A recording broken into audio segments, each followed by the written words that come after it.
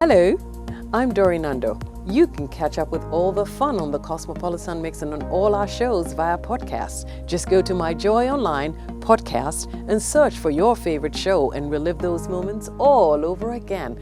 Only on Joy 99.7 FM, radio for discerning listeners. Super Hits Radio, Joy 99.7. Let's talk some more about yesterday's rain across the country. We want to assess the impact and try to understand what is happening. It turns out that the rains didn't pour just in Ghana. Some other countries are also experiencing some heavy rain as well. And actually, there's been some flooding in New York. So we want to understand what is happening. Does it have anything to do with climate change? I know that in New York, for instance, they had to do with the after effects of Hurricane Ida, but there could be more to it. So we'll be speaking with the GMet JOY about all of that and also touch base with our correspondents across the country. And maybe we should start with GMet JOY. And Joshua Asamoah is a forecaster with GMet, and he joins us via Zoom. Thank you very much, Mr. Asamoah, for making time to speak with us once again. Let's start with the local situation. Are you able to tell now how much rain we actually experienced across the country yesterday? Good morning, Israel. Yes, I can now tell you the amount of rainfall we had. The highest so far was recorded over Kweutafo in the eastern region. They had 129 millimeters of rainfall during the event. And then we had about 75 millimeters also over areas in the eastern. So parts of the eastern region had very heavy rainfall from that event. We also had about 65 millimeters over Nyankpala, the northern region. For most parts of the northern sector, the rains were around 40 millimeters to 65, 70 millimeters. For us along the coast, Accra had around 40 millimeters. Accra Girls had 45 millimeters. We had 45 millimeters over Odona. And then around Memphis Semtu, we had about 45 millimeters. So for Greater Accra, it was around 40 to 45 millimeters. Adan had about 56.5 millimeters from yesterday's event. And then in the Ashanti and Bono Ahafu regions, I don't have all the information from there as at now because they were still experiencing rains even later in the afternoon into the evening. But when I checked the rainfall for the Ashanti and Western regions, Sefi Bekwai, Sefi Yosu areas were all recording over 50 millimeters of rainfall as the rain was still occurring. So It was quite heavy for most parts of the country. Okay, so let's talk about the Kwehu area, which had the most rain, as you're indicating. Now, it turns out that that area is mountainous, and so we don't expect much havoc with that kind of downpour. Yes, their soil is better, and then I think conditions on the ground are also better than what we have in Accra and other parts where other flood-prone areas. So we don't hear of flooding over those areas, but it rains there quite often. All right. So the rest of the country, I'm not sure which parts, well, we're not talking about very serious floods. What I keep hearing is more of roads that are inundated, and so it causes, compounds the traffic situation. But it's more, that has more to do with the engineering of the roads, I should say, right? Basically, yeah, I think so. Okay. But the intensity was not so much to wash roads and all that, but I think probably maybe engineering issues. Okay, but we also realized that for Accra, at least I can speak for Accra, it kept raining for quite a while. So it rained heavily at dawn and then it stopped, but then we're still getting some drizzles and showers throughout the day. What sort of, what are you reading from your end? Well, yesterday's event was a very classical case. You hardly see that for most, in fact, within the rainy season, you might really even see it once in the rainy season. Most of the things that we look out for to predict rains were all just there. So there was no way it wasn't going to rain yesterday for most parts of the country. Okay. It was just a classical. It was just a classical. I don't know. A classical holiday or whatever. It was easy to forecast for the events that happened yesterday. So for most parts of the day, we're seeing very conducive stuff that will lead to rainfall. But because it had already rained at dawn for Greater Accra in the morning, the atmosphere was a bit damp. And so the energy to cause heavy rainfall or more intense rainfall was not there. That's why we're experiencing the slight and then drizzle for most parts of the day. But if we still had some sunshine after the heavy rainfall, it would have still poured later in the day. All right. So, how do you explain what is happening? Would you say it's the regular, usual rainfall that we're getting with the rainy season, or there must be more to it? Well, personally, I think it's still the regular rainfall season because the active systems are gradually moving from the northern parts into the southern parts. And so that is bringing us our minor rainy season. So it's not abnormal to have rainfall of the magnitude that we had for most parts of the country. The north is still in the rainfall season, so it's still raining there. Maybe they'll probably have some break towards the weekend. But for southern Ghana, we are now gradually entering into our minor rainy season. And so we'll start getting some of these rainfall conditions more often. What's the forecast looking like for today? Basically, it's just going to be cloudy for coastal and middle portions of the country. We'll experience some pockets of slight rains, moderate rains over the inland parts of the coastal sector. That's for areas closer to the eastern and the Ashanti regions. They will experience some moderate rains, but for us close to the coast, it will just be some slight rains. In the afternoon, some breaks of sunshine will be experienced for most parts of the country. And then later in the afternoon, we're expecting the Ashanti regions, the western parts of the western north regions to get some rainfall. But northern Ghana is not expected to have so much activities today. It will just be some isolated cases of rain and thunder during the next 24 hours. All right, so you wouldn't say, you say that what we're experiencing here in Ghana is quite typical of the minor rainy season. But around the world, we actually noticed that there were some floods. So the rain over there in those other countries were a lot heavier. And in New York in particular, I heard someone who was describing it and was saying that we had so much rain pour within a few minutes. And that's what the kind of rain that caused the flooding. What do you know about the rains in New York and other parts of the world, and what as compared to what is happening in Ghana? So in Ghana, you're talking about Accra, 40 millimeters of rain, but in New York, what what's the kind of rainfall that caused the floods they're experiencing right now? Okay, so sorry. So our rains compared to the ones they are experiencing in New York ours is just some small one. You can't compare it to theirs because theirs is as a result of a hurricane that affected most areas in the America. So they are in their hurricane season. So for 2021, they've had nine tropical systems. Sorry, 9 tropical systems now, and the latest one is the Hurricane Ida. 4 of them successfully became hurricanes. The others were just tropical storms and depressions. They were not so much intense, but this is the most intense one in 2021. It produced about 80 millimeters of rainfall in just an hour. To have 80 millimeters in an hour is quite heavy. So within some few hours, I think about 1 hour and some few minutes, they had about 150 millimeters of rainfall. So that tells you that it was very intense over those areas.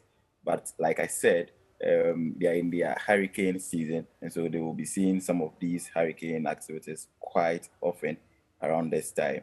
It's not abnormal to have hurricanes around this time, but climate change is playing a factor in enhancing these activities because we are getting warmer conditions, and once the atmosphere or the world globe keeps warming, some ice will be melting, and this will cause an increase in the sea level the sea surface temperature is also rising. And once the ocean becomes warmer, then it gives the strength to storms for them to develop further and then cause some of these hurricanes that we see. Most of the time, the tropical storms that we have here, because they are on land, the energy is not so much. But when they leave the land and then enter into the Atlantic Ocean, then they get energized over the ocean, develop further, and then gain so much strength to form the hurricanes and then the tropical cyclones that they see over the America and then Canada areas. So it's in their hurricane season, but the intensity is higher because of climate change and its All right. effects. So you attribute some, climate change to what is happening in New York, but you're saying that in Accra and in Ghana, you wouldn't associate what is happening with that. How come? Okay, so I was saying that areas in the New York areas they still experience hurricanes around this time. Yes. But climate change has caused it to the effect. It's more higher. intense now. Yes, it's more intense over those areas because ocean is warming up, and then the sea surface temperature, once it gets higher, then it enhances the storms to develop further to become hurricanes. Does it mean that climate change is not impacting us here in Ghana and Africa? It is, but the effect on us is minimal compared to them. The reason why I'm saying this is that for hurricanes to form, it will have to be towards the western parts of a wider ocean. For Ghana, where we are located, to our east, it's just land. You're seeing Togo, Benin, Nigeria, those areas. So for hurricane to affect us, if it forms over the Indian Ocean, it has to travel all the way from East Africa to West Africa. By the time it gets here, the energy would have been depleted. So we are a bit okay compared to them because where they are located, the ocean is just wide to their east. So the storm will form and then gets energized over the ocean. Once it leaves the ocean, it's just hitting them. So the effects on them will be higher compared to what ours will be. But it does not take away the fact that we are also going to have some effects of climate change in our region. How is climate change impacting us in our region? We're seeing droughts in periods where we're not supposed to have seen droughts. In June, July, we're supposed to be having so much rainfall, but some farmers were crying because the rains were not coming. Their products, the crops that they planted were all affected because of these things. They are all effects that climate change is bringing on us. We're also seeing some shifts in rainfall patterns. Just like I was telling you some few days ago, in January and February this year, we're still experiencing rainfall when we're supposed to be in the dry season. And around that time, there were very heavy rainfall amounts. Takrady recorded around 119 millimeters on the 25th of February. That is a bit unusual. So climate change is impacting us around this time. But just that the magnitude of the effect on us is not as high as those in other parts of the continent, of the world. So farmers in Ghana would typically or depend a lot on the forecast that you give them. Would you say that would have to probably readjust the forecast so that we don't stick with the traditional seasons that we have? Yes, that is strongly advised. The Ghana Meteorological Agency comes up with a seasonal forecast every year. So we issue a forecast for the major rainy season and then the minor rainy season for southern Ghana, when the onset will be, how many dry spells are to be expected, whether it will be a longer dry spell, shorter dry spell, rainfall amounts that we expect within each season. So if you plan your season around this forecast, it will help. Also issue one for the north, because theirs is just one rainfall season. We issue one for the northern parts for their rainfall season.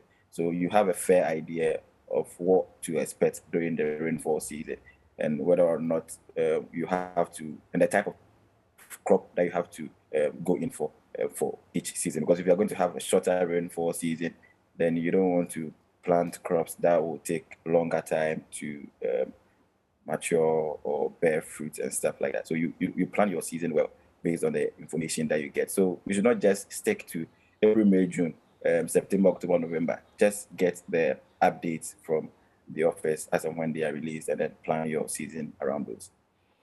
I would want to believe that for 2021, you issued a forecast, seasonal forecast, as you've indicated. Do you get the sense that the farmers, these forecasts get to the farmers who are actually on the ground?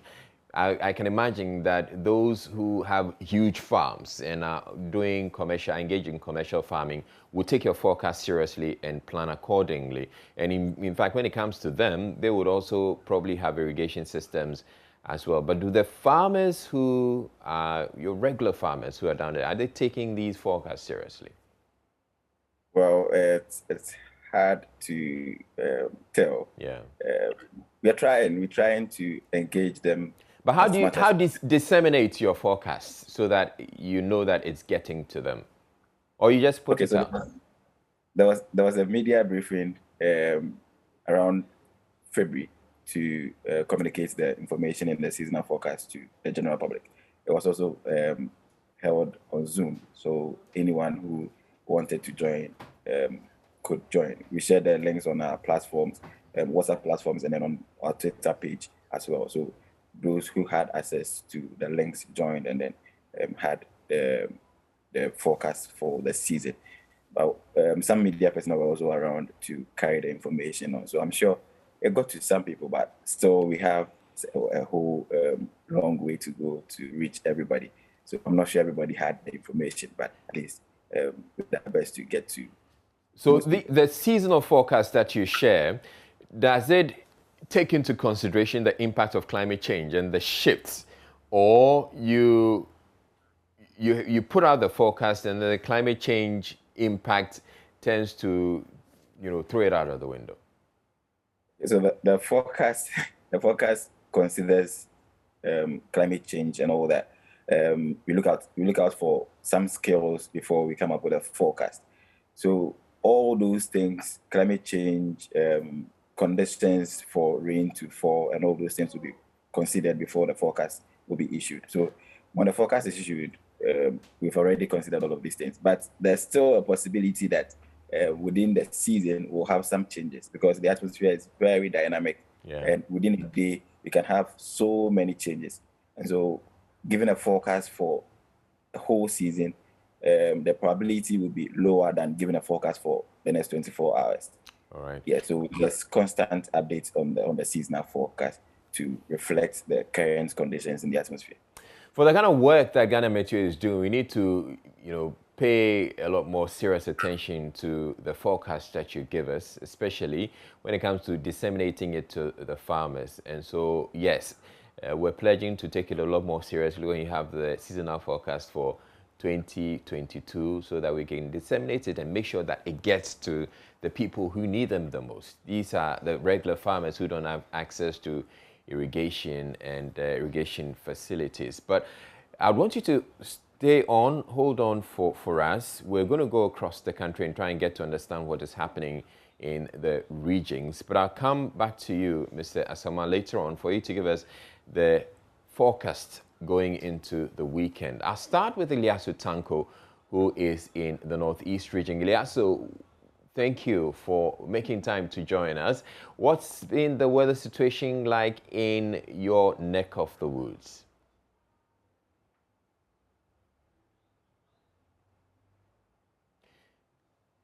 Well, it's been raining throughout yesterday, last night, I must say, and this morning there have been some few showers in parts of the region, and the weather is very cloudy. We might be getting some rains going forward, but the distraction continues. Yesterday, after the rains, there was some distractions in one of the community called Katabanawa. There was a rainstorm and some houses were ripped off. And some communities, as we understand, continue to cut off. And the Mamprogo Mwaduri area, as I mentioned the other time I joined you, 16 communities so far has been cut off. several farmlands are currently in water, and people are really, really bearing the brunt of the torrential rains that have been coming since the middle of last month. So this morning too, we might get some rains. Already some parts of the region have experienced some few showers, and the weather is somehow cloudy again this morning. The last time we spoke with you, NADMO indicated that they were trying to get some support for some help for the people by first registering the people. Do we have any update on that? Well, they are still in that process. It's still very difficult getting to some of the communities that have been cut off. Yesterday, there was an inauguration of the Regional Disaster Management Committee. The district chief executive for the Mampugu Maduri was there. He gave us the details of what has been happening in that particular district. He confirmed that indeed 16 communities have been cut off. He also said that some bridges have also been destroyed and some roads have also been destroyed as well.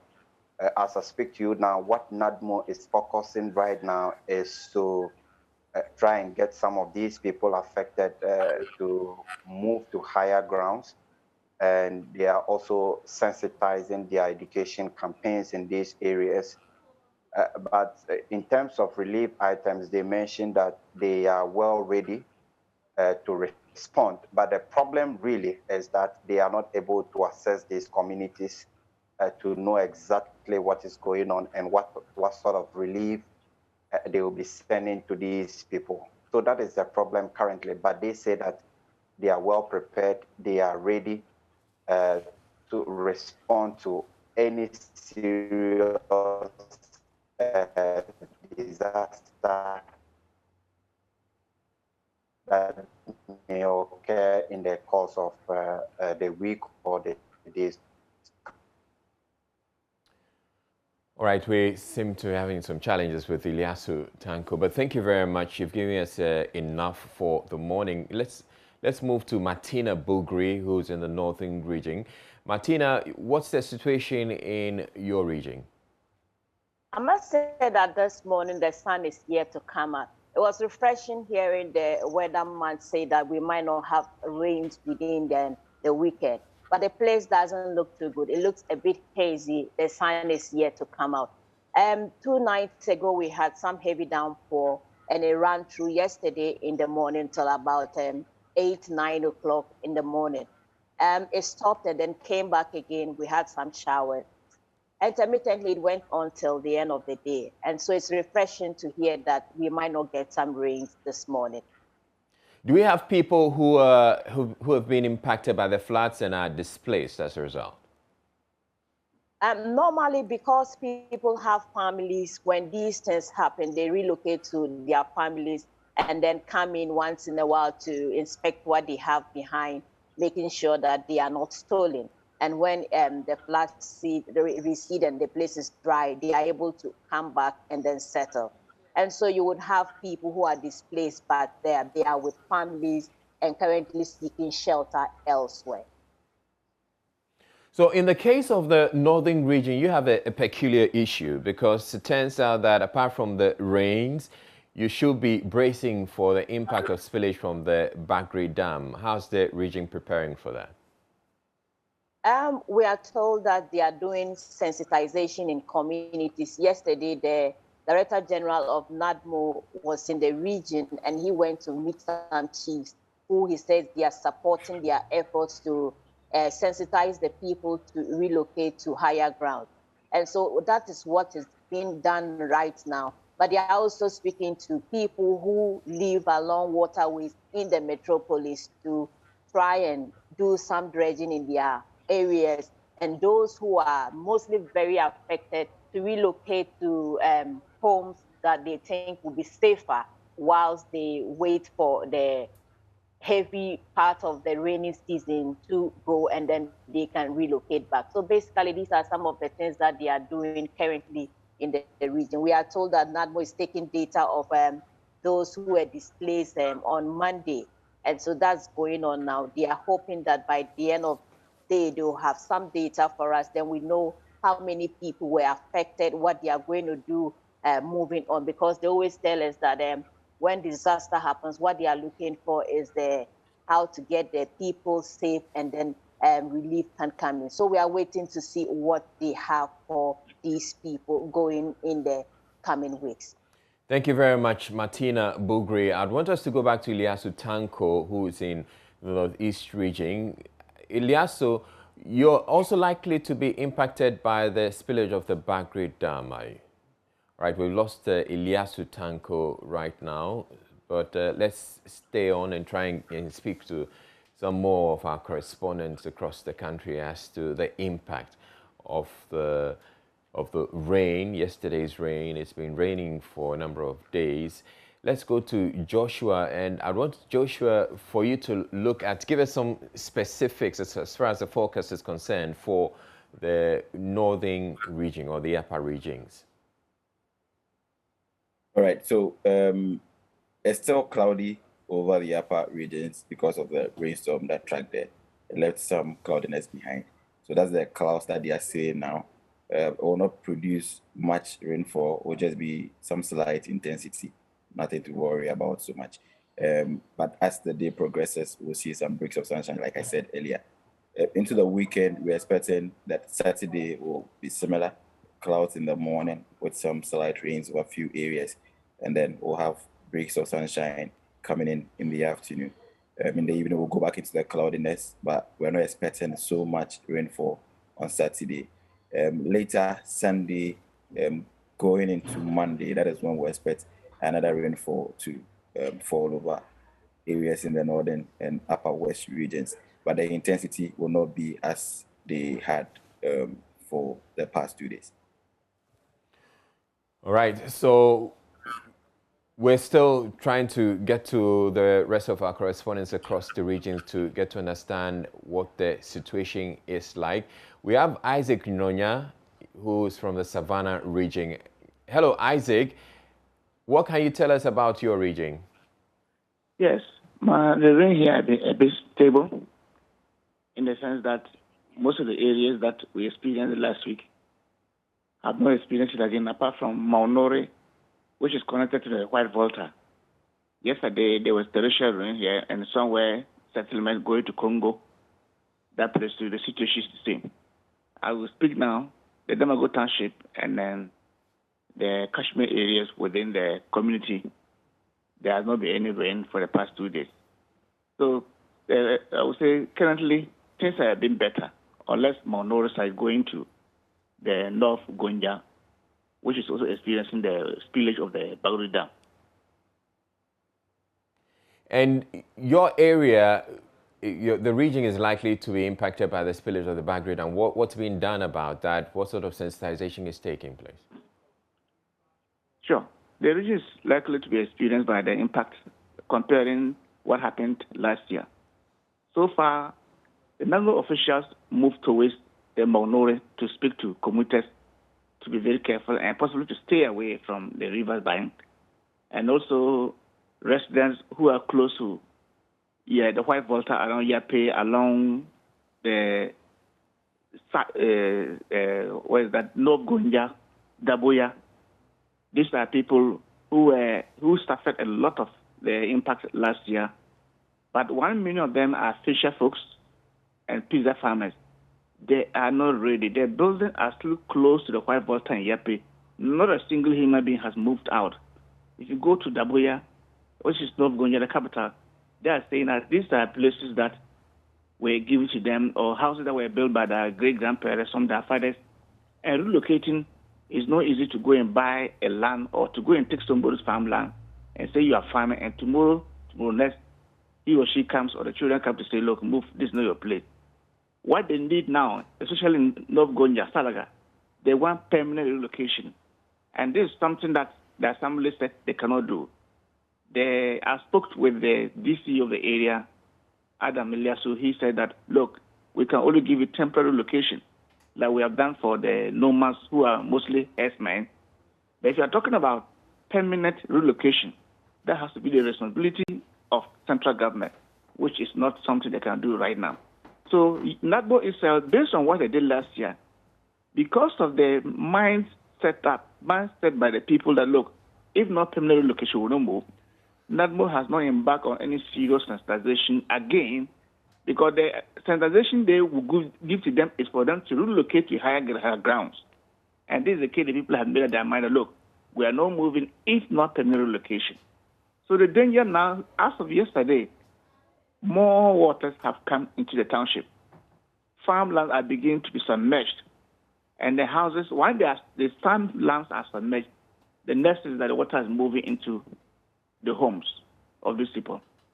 One funny thing we experienced last year was that when some houses were submerged, we have this particular landlord who put a bench in the water and laid on top of it and asked the wife and kids to be cooking and doing whatever they were doing. So the former regional minister, Mr. Brahma Salifu, who went there with NADMO officials and the media, could not understand why houses were submerged and people were still inside the water saying they were living there. And he asked them to move. They wouldn't move. NADMO went, they wouldn't move. So they stayed throughout the water ran away, leaving them. So this is the mentality of the people over there. And that's why NADMO is not moving there again, saying that they're going to do sensitization or to move them out. Moving them out forcefully is something that they will resist. Isaac, the situation is quite interesting in the Savannah region. You're talking about people refusing to move to the extent that they actually see the flood waters and they put benches out there and they decide to stay put. What are the traditional authorities doing about that? If the DC and the MC is unable to do anything about it, what about the traditional authorities? I want to give you the traditional authority equally understand the plight of the people. As in they agree with the people. They have not spoken. That's the one thing that people are talking about. If they should speak, I think there will be a way out because the people respect and listen to them more. So people are expecting that this time, traditional authority, the overlord of the area, should speak and order these people to leave the place. If they add their voices, I can tell you they will move. Without that, they will continue to resist and resist. An interesting spectacle that happened last year was that the former regional minister made a statement to the effect that NADMO will come and sack them or force them out from that place in order to avoid loss of lives. That did not go down well from the higher hierarchy from the government. I think the government took him on after the media reported that NADMO will be forcing the people out from where they were living. And that was it. Situation remains so till the what ran out, leaving them. Well, that's quite unfortunate. Thank you very much, Isaac Nonya, for bringing us that update from the Savannah region. Let's go to Peter Senu, who's in the OT region. Peter, what are you able to tell us about the OT region as far as the rains are concerned? Well, it's been a rainy weather. It's still a rainy weather here in the OT region. But yesterday, it was a rainy weather throughout most part of the region. In fact, I set out yesterday to monitor the second dose of the vaccination. But as of the scheduled time for 8 a.m. yesterday, most of the centers could not open. In fact, they were open, but most people who would have come to take their second or first jabs were not there as of the time we visited those centers. And so, relatively, it's of a less impact on the rain as we have seen in other places, flooding and destruction of homes. Here in the OT region, relatively, it's a calm area, except for those who may be living very close to the lakes for which we have not received any adverse reports as we speak. All right, thank you very much, Peter, and we hope that it stays that way so that we don't have any adverse reports. Let's move to OHEMENG TAWIAH, who's in the Ashanti region. Hello, OHEMENG.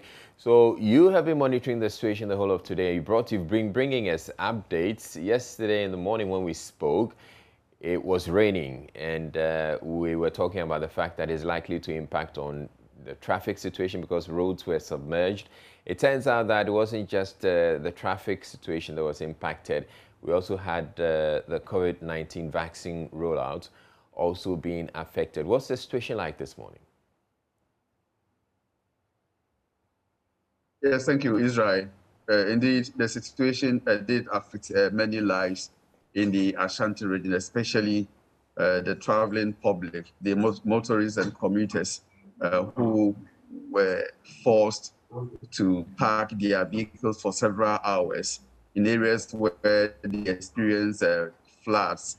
For instance, on the main Kumasi-Accra road, the Ejoso-Kwamo section of the road was blocked, forcing motorists to, resort to a single lane passage, which means that those who were traveling from Kumasi direction to Accra had to share that double lane with their counterparts traveling from Accra to Kumasi.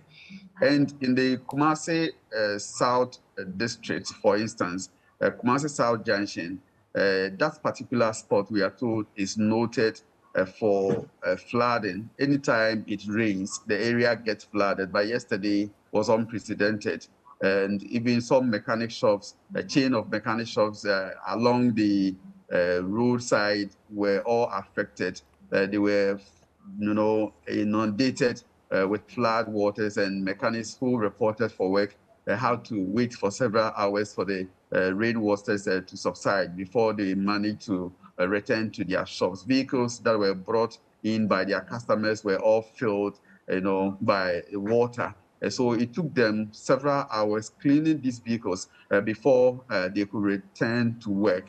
And the information that I got from them is that the situation is making many of them to lose their customers, because when customers bring their vehicles and now they are filled with filth and haven't had to clean them, they go and then they don't return.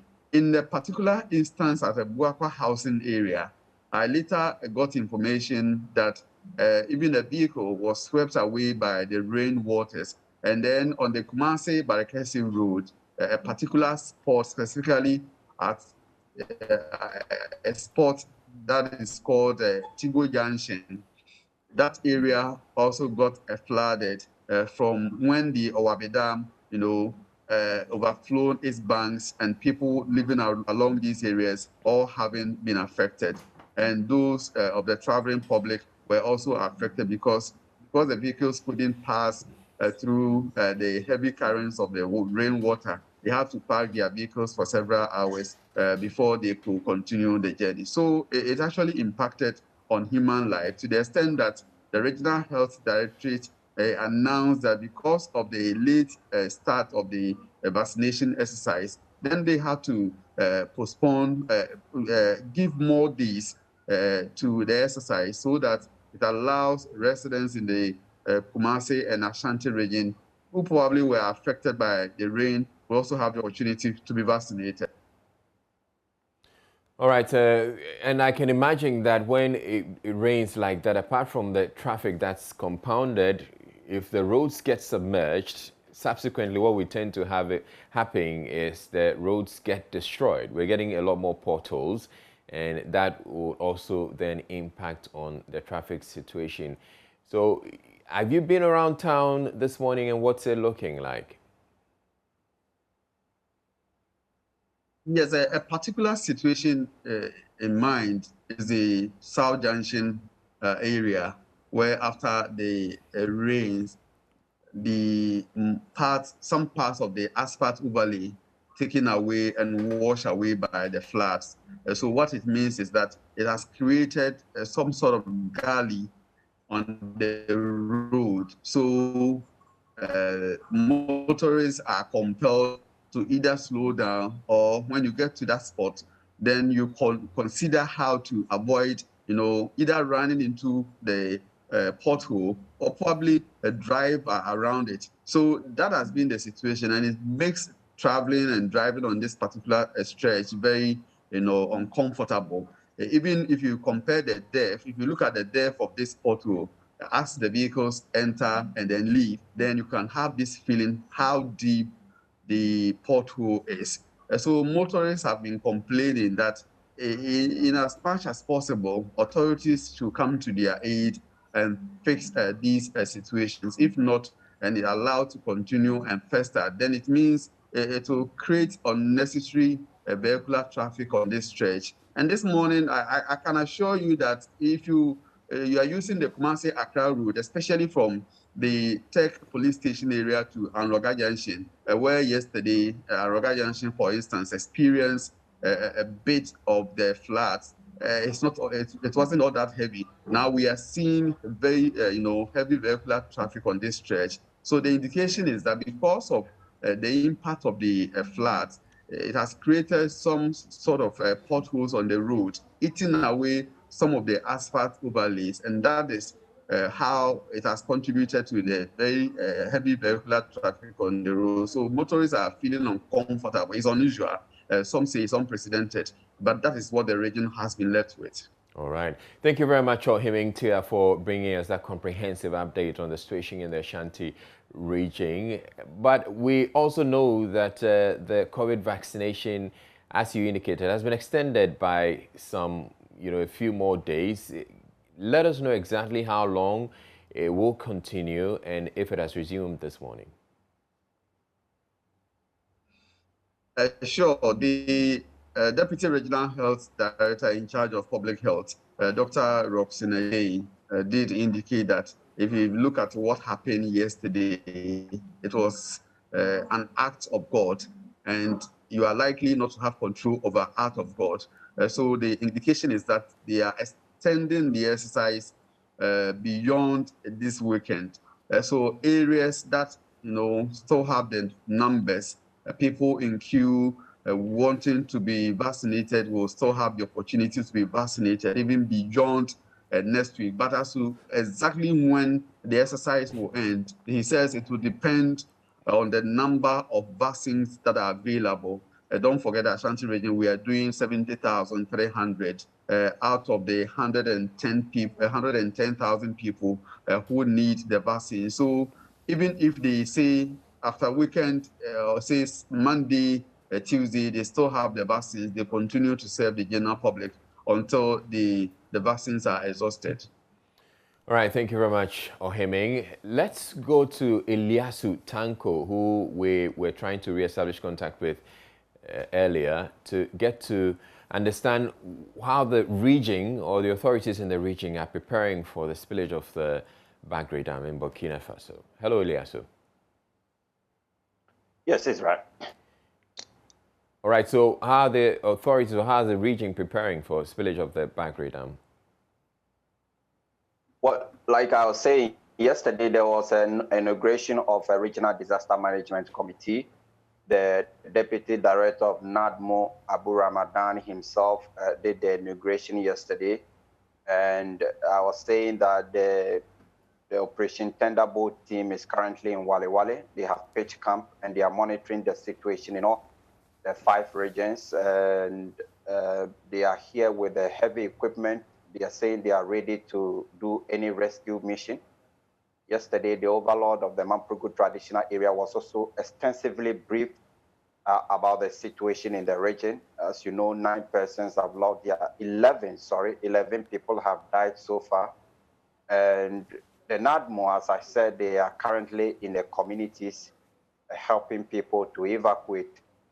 And they are also ensuring that those people that they have not been able to get to, especially the Mamprugu Maduri area, they are putting measures in order to get to them to know their situation really. And they are also saying that they have relief items on standby in case of any serious emergency. As we speak, the NADMO here are not able to tell us exactly when the dam will be spilled by the Burkinabe authorities. And so they are still putting up, they are still putting in place measures. And they are saying that they are fully prepared for the spillage of the BUGRI Dam. All right, thank you very much, ELIASU TANKO, for that update. We move to the Upper West region and to Rafiq Salam. Hello, Rafiq. What can you report as far as your area is concerned? All right, so Rafiq, we're still trying to reestablish that connection to Rafiq Salam, but we still have Joshua Asamoah with us. And we'll be coming to you, Joshua, in a bit for you to give us the weekend forecast for the rest of the country. But let's go to Rafiq now. Rafiq, you tell us what's happening in the Upper West region. Hello, Israel. Yes, Rafiq, we can hear you. We can hear and see you. The issues that came to the fore in the Upper West region during the course of this week has to do with this teen mothers. About nearly 700 of them became pregnant and went back to school. Yes, that's one. That's one very interesting story we'll come to in a bit. But I want us to start with the rains, and I know that you have had your fair share of floods and destruction to roads and all of that. But did yesterday's rain also impact the region? Yes, it rained cats and dogs in the region yesterday. It started around 3:57 and then ended around midday. And so most roads in the region, there were floods that cut off the region from the Upper East region, and also some communities were cut off from the other. And so since this morning, the information that I'm getting is that the water has receded in some of the places. And so the devastation in Upper West region is too damning, it's too colossal. Do you still have the clouds forming this morning, or you're having some sunshine? We are yet to get sunshine. It's still cloudy here in the Upper West region, and that's what worries lots of people in the Upper West region, because here's the situation: we didn't have better roads, we don't have better facilities, and then if these rains continue that way, the people have fears that most houses will collapse, and also their farms will also submerge.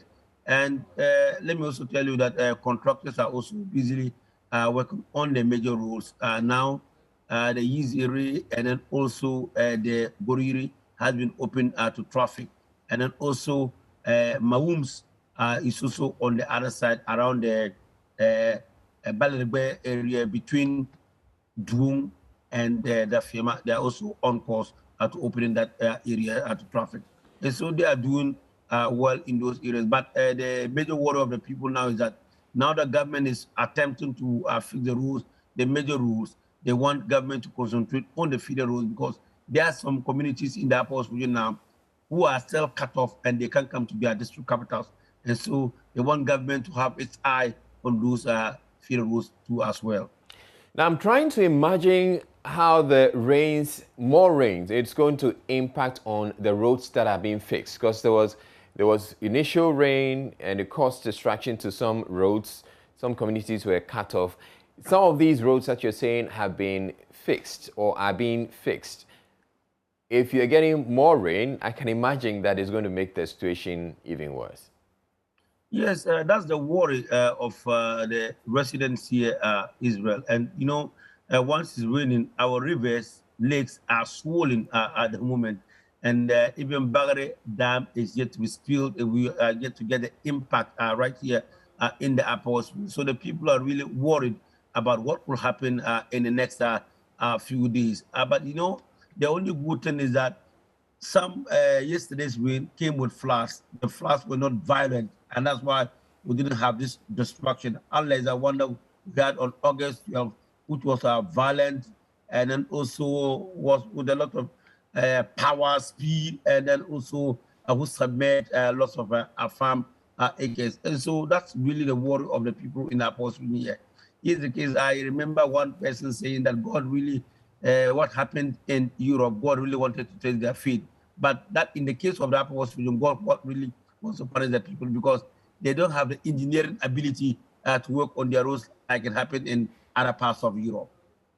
All right, thank you very much, Rafiq. But I want you to hold on for us. We'll come to the conversation about the teenage pregnancies that happened in the region. But I'd want us to go to Joshua Asamoah, who's with Ghana Meteo, for him to give us a wrap of the weather situation, especially going into the weekend. And then we can return to you, Rafiq. So, Joshua, so you tell us, what's the weather looking like for the weekend? And when should we expect you know, the unusual rain in any part of the country? All right. So basically, in the next 24 hours, areas that are likely to experience rains will be the As early as, you mean as early as 24 middle hours? portion area. So as early as 24 hours, you should expect some rain in some parts of the country. Well, the intensity will not be as much as All right. the one they have, just some moderate rains, but there's still possibility of rains over parts of the Ashanti and Western North regions and parts of the Eastern region as well. For us along the coast, it will just be generally cloudy, some breaks of sunshine, and then some slight rain for the next 24 hours. On Saturday, we're expecting that the morning will be cloudy for the eastern side of the coast. So from the Volta to the Greater Accra regions, we'll be getting cloudy conditions with some pockets of rains. It will be slight for the coastline areas, that's the Tishinungwa, Keta, Abdina areas. But for the inland areas, it will be a bit moderate, not heavy rainfall though. So we should not be so worried. And then on Sunday, we're expecting some higher intensity for areas in the eastern and parts of the Greater Accra and Volta regions. Still not so much heavy. We'll keep you updated on that event as and when the days go by, so that we'll get to know when to expect the rainfall. But for now, the rains that we're expecting on Sunday will come after midday. All right. Thank you very much, Joshua Asamoah, for bringing us a comprehensive update and forecast of the weather going into the weekend. It simply means that it's going to be a cloudy weekend. If you have to go anywhere, you want to go have fun, remember to take your umbrellas and your raincoats, and you stay safe. We're back to Rafiq Salam, who was telling us about the teenage pregnancies in the region. Okay, so Rafiq, what is happening? Why are so many of the young ladies there getting pregnant? For me, doing these stories, there was one thing that came to mind. All right. Because if you have close to 700 girls becoming pregnant during this short break, so are we saying that the school is far better than our homes? Because if you have children close to about 700 during this. All right, since we have lost the connection to Rafiq Salam, I hope we can get to resolve